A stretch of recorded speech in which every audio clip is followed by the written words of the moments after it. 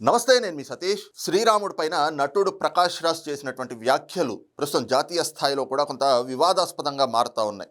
ముఖ్యంగా చూస్తే కోట్లాది మంది హిందువులు ఆరాధ్య దైవంగా భావించేటువంటి శ్రీరాముడు మరి కేవలం భారతదేశంలోనే కాదు, అటు మలేషియా, ఇటు థాయిలాండ్ లాంటి అనేక దేశాల్లో కూడా శ్రీరాముడిని పూజిస్తారు.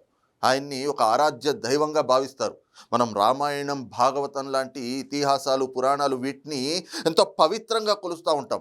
కానీ అదేమిటో ఈ మధ్యకాలంలో ఈ స్టాండప్ కామెడీలు అని చెప్పి, లేదంటే కనుక ఏవైతే కొన్ని అంశాలు కొత్తగా పుట్టుకొస్తూ ఉన్నాయి, ఆ వాటి ద్వారా ఏది హిందూ దేవుళ్ళని కూడా చులకన చేస్తూ, హిందూ దేవుళ్ళ పైన జోకులేస్తూ వాళ్ళు అంటే హిందువుల మనోభావాన్ని కించపరిచే విధంగా, అందులోనూ కొంతమంది ఏది ప్రకాష్ రాజ్ లాంటి వ్యక్తులు ఏదో 4 సినిమాలు చేసి కొంత ఫేమ్ రాగానే వాళ్లకు ఉన్నటువంటి ఐడియాలజీని అదే మేధావితనం కింద ఇతరుల మీద రుద్దాలి అని చెప్పి ఈ రోజున ప్రకాష్ రాజ్ లాంటి వ్యక్తులు వచ్చి కోట్లాది మంది భక్తుల మనోభావాన్ని దెబ్బతీసే విధంగా, అసలు హిందుత్వాన్ని, హిందూ దేవుళ్ళని కూడా కించపరిచే విధంగా వాళ్ళు చేస్తున్నటువంటి వ్యాఖ్యలు ఏవైతే ఉన్నాయో వాటిపైన ఆగ్రహ విషయాలు వెలువెత్తున్నటువంటి పరిస్థితులు.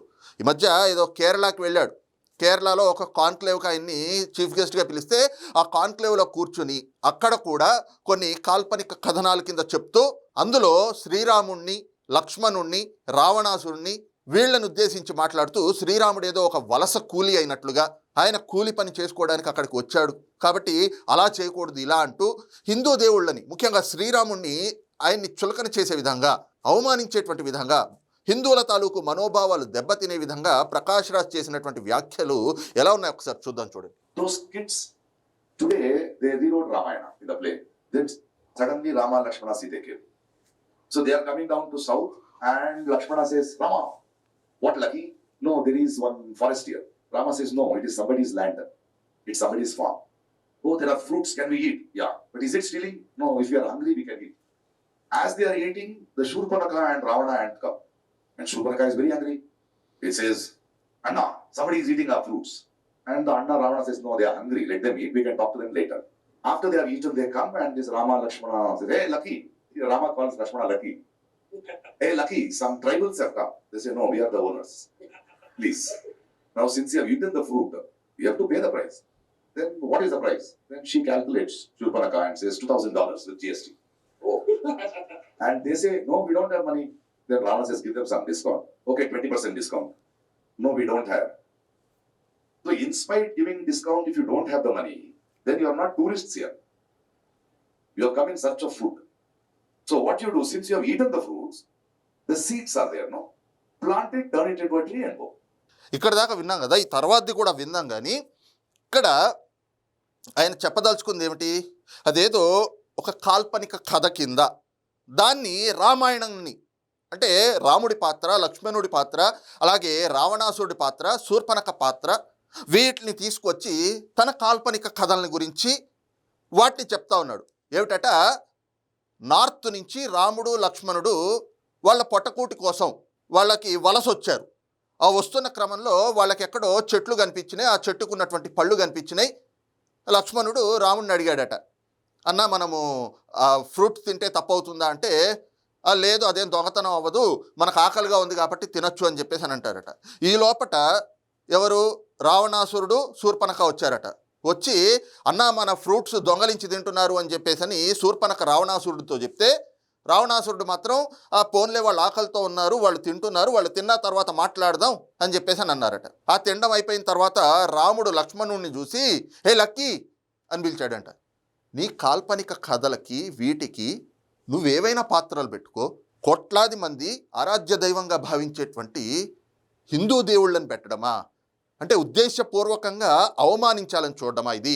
హే లక్కీ, అక్కడ చూడు వాళ్ళెవరో గిరిజనులు వస్తున్నారు అని చెప్పేసి అని రాముడు రావణాసురుడు లక్ష్మణుడికి చెప్పాడట. ఈ లోపల రావణాసురుడు ఇటు చూసి కాదు మేము గిరిజనులం కాదు, మేము ఈ ల్యాండ్ ఓనర్సు అని చెప్పేసి అని చెప్పాడు. అసలు నీకేం బుర్రా బుద్ధి ఉంది, నువ్వేం మేధావి? అసలు వాల్మీకి రాసినటువంటి రామాయణం ప్రకారం రావణాసురుడు ఒక బ్రాహ్మణుడు, అలాంటిది రావణాసురుడేమో గిరిజనుడు అని చెప్తావు. ఇక్కడ వీళ్ళేమో పొట్టకూటి కోసం నార్త్ నుంచి సౌత్కి వస్తున్న వాళ్ళు అని చెప్తావు. అంటే నీ ఉద్దేశంలో నార్త్ నుంచి వచ్చేటువంటి రాముడు మంచివాడు కాదు, సౌత్ నుంచి వచ్చేటువంటి వాళ్ళంతా కూడా రావణాసురుల కింద కనిపిస్తారా?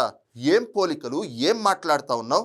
ఇంకా చూడండి ఇక్కడ, What is your name? Oh, I'm Rama from North. Yeah, I'm Ravana from South. Nice meeting you. అంటే నార్త్ నుంచి వచ్చేటువంటి వాళ్ళంతా కూడా రాముళ్ళు, సౌత్ నుంచి వచ్చేటువంటి వాళ్ళంతా కూడా రావణాసురుల కింద కనిపిస్తూ ఉన్నారు ఈ ప్రకాష్ రాజ్కి. అసలు ఇదంతా కూడా ఏ కాంటెక్స్ట్లో చెప్పదలుచుకున్నాడు ఏమిటనేది ఒక్కసారి అది కూడా చూద్దాం. These children said, ఎంత "What, నవ్వులాట you guys అయిపోయింది want to చూడండి. come? Don't force your Hindi. Learn Malayalam, no? You have come to work here. Don't become a manager of a bank and ask us not to eat beef. We will do a beef festival. Like, come do something, work something, respect our culture and go. No, one nation, one religion, one dialogue.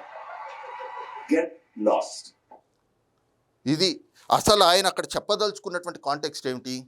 ఏదైతే ఈ భాషల పైన ఈ మధ్య హిందీ నేర్చుకోవాలి, హిందీ తప్పనిసరి అనేటువంటి అంశం వస్తూ ఉందో, ఎవరైనా కూడా అక్కడ కేరళకి, ఎందుకంటే అక్కడ మలయాళం ఉంది, మలయాళీలు ఎక్కువగా ఉంటారు, వాళ్ళపైన ఎక్కడో నార్త్ నుంచి వచ్చినటువంటి వాళ్ళు ఈ సౌత్లో ఉన్నటువంటి కేరళలో మీరు హిందీ తప్పనిసరి నేర్చుకోవాలి అనేటువంటి ఒత్తిడి తెస్తారు, మీరెవరు మాకు చెప్పడానికి అని చెప్పేసని ఆ అంశాలు, అదేదో అక్కడ ఉన్నటువంటి ఆ పరిస్థితులు రాజకీయంగా ఏదైతే హిందీ నేర్చుకోవాలి అంటూ వస్తున్నటువంటి ఆ అంశాలపైన ఏదో మాట్లాడాలనుకున్నాడు. అది మాట్లాడాలి అని అనుకున్నప్పుడు దాన్ని నువ్వు ఏదైనా కూడా పోల్చి చూపించాలి అని అంటే వేరే ఏదైనా సందర్భం చూసుకో, వేరే ఏదైనా పాత్రలు చూసుకో, అంతేగాని హిందూ దేవుళ్ళు అయితే మాత్రం చులకనైపోయారా? ఇదే క్రిస్టియానిటీ మీద మాట్లాడేటువంటి ధైర్యం చేస్తాడా ఇదే ప్రకాష్ రాజ్? ఇస్లాం మీద మాట్లాడగలడా? అంత దమ్ము ధైర్యం ఉందా? ఈ రోజున కేవలం హిందువులంటే, హిందుత్వం అంటే, హిందూ దేవుళ్ళన్నా కూడా ఒక చులకన భావన. ఈ స్టాండప్ కామెడీలు ఇలాంటి చెత్తా చెదారం అంతా వచ్చి పడిన తర్వాత ఇంకా ఎదురుగా కూర్చున్నటువంటి వాళ్ళు సిగ్గు లేకుండా, వాళ్ళలో కూడా హిందువులు ఉంటారు కదా, ఇలాంటి మాటలు వింటా ఉంటే రక్తం మరగదా? శ్రీరాముణ్ణి మనం ఎంత పవిత్రంగా చూస్తాం, శ్రీరాముణ్ణి ఎంత చక్కగా ఆరాధిస్తాము, అలాంటి దేవుణ్ణి పట్టుకుని ఒక వలస కూలి అని మాట్లాడుతూ ఉన్నాడా? అంతేకాక ఈయన ఆ పోలికల్లో కూడా చూడండి, దేశాన్ని రెండు భాగాలు చేస్తాడు. నార్త్ నుంచి వచ్చేటువంటి వాళ్ళంతా కూడా రాముళ్ళు, సౌత్ నుంచి వచ్చేటువంటి వాళ్ళంతా కూడా రావణాసురులు అని చెప్పేసి అని పోలుస్తాడు. ఇదే వ్యక్తి ఇతర మతాల మీద, వాటి మీద మాట్లాడే ధైర్యం చేయడు, ఎందుకంటే కోసి కారం పెడతారు కాబట్టి. క్రిస్టియానిటీ మీద మాట్లాడమనండి, మాట్లాడతాడా? ప్రపంచం మొత్తం వెంటాడుతుంది. ఎక్కడున్నా సరే ప్రకాష్ రాజ్ని ఏం చేస్తారో అది తెలుసు. ఇస్లాం మీద మాట్లాడమనండి, నడి రోడ్ల మీద ఏ రకంగా ఉరికించి వాళ్ళైతే కనుక కనీసం మంచి చెడు కూడా ఆలోచించరు, మొత్తం కోసి ఉప్పు కారం పెడతారు. కానీ హిందువుల మీద మాట్లాడితే ఏమిటి అంటే మనలో ఉన్న దౌర్భాగ్యం, హిందువుల్లోనే కొంతమందిలో ఉన్నటువంటి దౌర్భాగ్యం ఏమిటి అంటే అలా మాట్లాడుతూ ఉంటే ఎదురుకుండా కూర్చుని కొంతమంది చప్పట్లు కొట్టి వెకిల్ నవ్వులు నవ్వుతూ ఉన్నారు. నిజంగా కడుపుకు అన్నం తింటున్నారా అసద్ధం తింటున్నారా అర్థం కానటువంటి పరిస్థితులు. ఈ రోజున ఏం మాట్లాడతాడు? మన రామాయణం, మన భారతం, భాగవతం ఇలాంటి ఇతిహాసాలంటే చులకనైపోయినాయి. ఈ రోజున భారతదేశంలో ఉంటూ ఈయనేం పాటిస్తాడండి? క్రిస్టియానిటీ కాదా పాటించేది? మొన్న ఇదే ప్రకాష్ రాజ్ తల్లి చనిపోయినప్పుడు ఆ ఖననం చేస్తారు కదా, అది క్రిస్టియానిటీలోనే చేశారు కదా. ఆ క్రిస్టియానిటీలో చేసినప్పుడు ఇదే ప్రకాష్ రాజ్ వెళ్ళి అక్కడ ఎంత క్రమశిక్షణతోటి కూర్చున్నాడు. వాళ్ళు ఆ మత విశ్వాసాలను ఏవైతే పాటిస్తారో వాటన్నిటిని చక్కగా కూర్చుని అక్కడ పాటించాడు కదా. అక్కడికి వెళ్ళి కూడా చెప్పచ్చు కదా, అబ్బే అక్కడ ఇలాంటి మాటలు మాట్లాడచ్చు కదా, తుగ్లక్ మాటలన్నీ కూడా. అక్కడికి వెళ్ళి ఆ యేసుక్రీస్తు దేవుంది ఎక్కడి నుంచో ఈస్ట్ కంట్రీస్ నుంచి వచ్చాడు అని చెప్పేసి అని మాట్లాడచ్చు కదా. ఈస్ట్ కంట్రీస్ నుంచి వలస వచ్చినటువంటి వ్యక్తి యేసుక్రీస్తు అని చెప్పి మాట్లాడచ్చు కదా. ఈయన నీ తల్లి చనిపోయినప్పుడు మేము వాటినేమి కూడా కించపరచట్లేదు, అవమానించట్లేదు. నీ తల్లి చనిపోయినప్పుడు ఆమె ఖననాన్ని క్రిస్టియానిటీలో చేసినప్పుడు నువ్వు సంస్కారంగానే క్రమశిక్షణతోటే ఉన్నావు కదా. అలాగే అదే క్రమశిక్షణ ఇతర మతాలు, ఆ మత విశ్వాసాలు, ఆ ఇతర మతాలకు సంబంధించినటువంటి దేవుళ్ళ పట్ల కూడా ఉండాలి కదా. ఈ రోజున ఈయన చెప్పొచ్చేది ఏమిటి? మనం భారతదేశంలో ఉన్నాం, భారతీయులందరూ కూడా, అందులోనూ మరి ముఖ్యంగా హిందువులందరూ కూడా ఎంతో పవిత్రంగా ఆరాధించేటువంటి శ్రీరాముడు లాంటి వ్యక్తుల్ని ఈయనేమో చులకన చేస్తాడు. ఈయన పాటించేదేమిటి? క్రిస్టియానిటీ. ఆ క్రిస్టియానిటీ ఎక్కడిది? మన భారతదేశందా? కాదు కదా. ఎక్కడో బ్రిటిష్ పాలన వాళ్ళు తెచ్చారు, బ్రిటిషర్లు తెచ్చినటువంటి ఆ క్రిస్టియానిటీ ఈయనకు నచ్చుతుంది. కానీ మన హిందూ దేశంలో ఉంటూ హిందువుల ఏదైతే కనుక ఆరాధ్యంగా భావించేటువంటి శ్రీరాముడు, రామాయణం ఇలాంటి ఇతిహాసాలంటే మాత్రం చులకన. ఇలాంటి వ్యక్తులు నిజంగా సమాజానికి చాలా అంటే చాలా ప్రమాదకరమైనటువంటి వ్యక్తులు. ఇలాంటి వ్యక్తులు ఎక్కడ కనిపిస్తే అక్కడ నిజంగా మన ఎడంకాలి చెప్పు తీసుకుని కొట్టాలి. ఎందుకంటే నువ్వేదో పెద్ద మేధావిలాగా ఈ రోజున ఇలాంటి వ్యక్తులు హిందూ దేవుళ్ళ గురించి మాట్లాడుతూ ఉన్నారు. నిజంగా దమ్ము ధైర్యం ఉంటే ఇదే ప్రకాష్ రాజ్ తాను అనుసరించేటువంటి క్రిస్టియానిటీ మీద కూడా ఇలాంటి జోకులు ఏమనండి, కాల్పనిక కథనాలు తెమ్మని చెప్పండి. అక్కడ కాన్క్లేవ్ చూస్తూ ఎదుర్కొన్న చప్పట్లు కొడుతున్న వాళ్ళు కూడా వాళ్ళు ఏమిటి అంటే, ఇందాక చెప్పాను కదా, సమాజంలో ఈ స్టాండప్ కామెడీ లాంటి దరిద్రాలు ఎప్పుడైతే వచ్చినాయో వాటిలో మన పుట్టుకల మీద, మన తల్లిదండ్రులు బెడ్రూముల్లో చేసుకునేటువంటి కార్యక్రమాల పైన కూడా ఈ స్టాండప్ కామెడీలు చేసేటువంటి దరిద్రులు ఎవరైతే ఉన్నారో అందరూ అనట్ల, అందులో కొంతమంది నీచం వాళ్ళు ఏంటి అంటే ఇళ్లల్లో వాళ్ళ అమ్మా నాన్న బెడ్రూముల్లో చేసుకునేటువంటి కార్యక్రమాలని గురించి కూడా బయట 10 మంది మధ్యలో స్టాండప్ కామెడీ పేరుతోటి ఉచ్చం నీచం లేకుండా మాట్లాడుతూ ఉన్నారు. అలాంటివన్నీ మన సమాజం పైకి ఒక విషన్ లాగా ఈ రకంగా విస్తరిస్తూ ఉంటే ఇలాంటి వాటిని చూసి ఎంజాయ్ చేస్తూ ఉన్నారు చాలామంది. అందులో భాగంగానే ఇలాంటి ఒక చీడ పురుగు లాంటి వ్యక్తులు వచ్చి హిందూ దేవుళ్ల పైన, హిందువుల విశ్వాసాల పైన, హిందుత్వం పైన చులకన భావనతోటి వాటిని చులకన చేసే విధంగా, అరే కాల్పనిక కథనాలు నువ్వు చెప్పాలి అని అనుకుంటే వేరే ఏదైనా ఈ విధంగా చెప్పు, అంతేగాని దేవుళ్ళని తీసుకువచ్చి వాళ్ళని అవమానించే రీతిలో.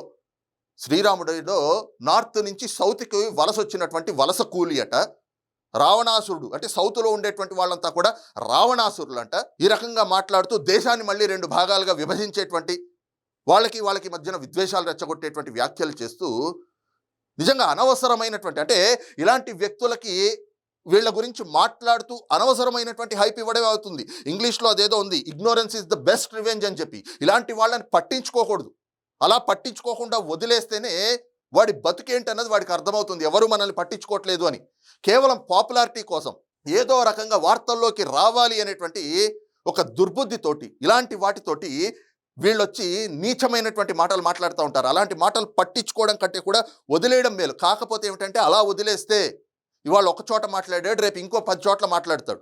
ఇలాంటి వాళ్ళపైన క్రిమినల్ కేసులు పెట్టడమే కాదు, అర్ధనగ్నంగా నడి రోడ్డు మీద ఈడ్చుకుంటూ తీసుకెళ్ళాలి. హిందూ సమాజం మొత్తం కూడా ఇలాంటి వ్యక్తుల్ని బహిష్కరించాలి. అసలు హిందూ దేశం నుంచే ఈ వ్యక్తిని తరిమి కొట్టాలి. అలాంటి పరిస్థితులు వచ్చినప్పుడే ఇంకొకసారి ఎవ్వరూ కూడా హిందుత్వం పైన కానీ, హిందూ విశ్వాసాల పైన కానీ, హిందూ దేవుళ్ల పైన కానీ చులకన చేసేటువంటి మాటలు మాట్లాడరు. మరి ప్రకాష్ రాజ్ చేసినటువంటి ఈ వ్యాఖ్యల పైన ఇప్పటికే జాతీయ స్థాయిలో కూడా ఆగ్రహవేశాలు వ్యక్తం చేస్తూ ఉన్నారు, మండిపడతా ఉన్నారు. హిందుత్వాన్ని, హిందూ ధర్మాన్ని పాటించే వాళ్ళంతా కూడా, హిందువులంతా కూడా ఇలాంటి వ్యక్తి పైన క్రిమినల్ కేసులు నమోదు చేసి వెంటనే ఆయన పైన చర్యలు తీసుకోవాలన్నటువంటి డిమాండ్లు కూడా వెల్లువెత్తా ఉన్నాయి. మరి ఈ అంశం పైన మీ అభిప్రాయం ఏమిటనేటువంటిది కింద కామెంట్ సెక్షన్లో మెన్షన్ చేయండి. Thank you.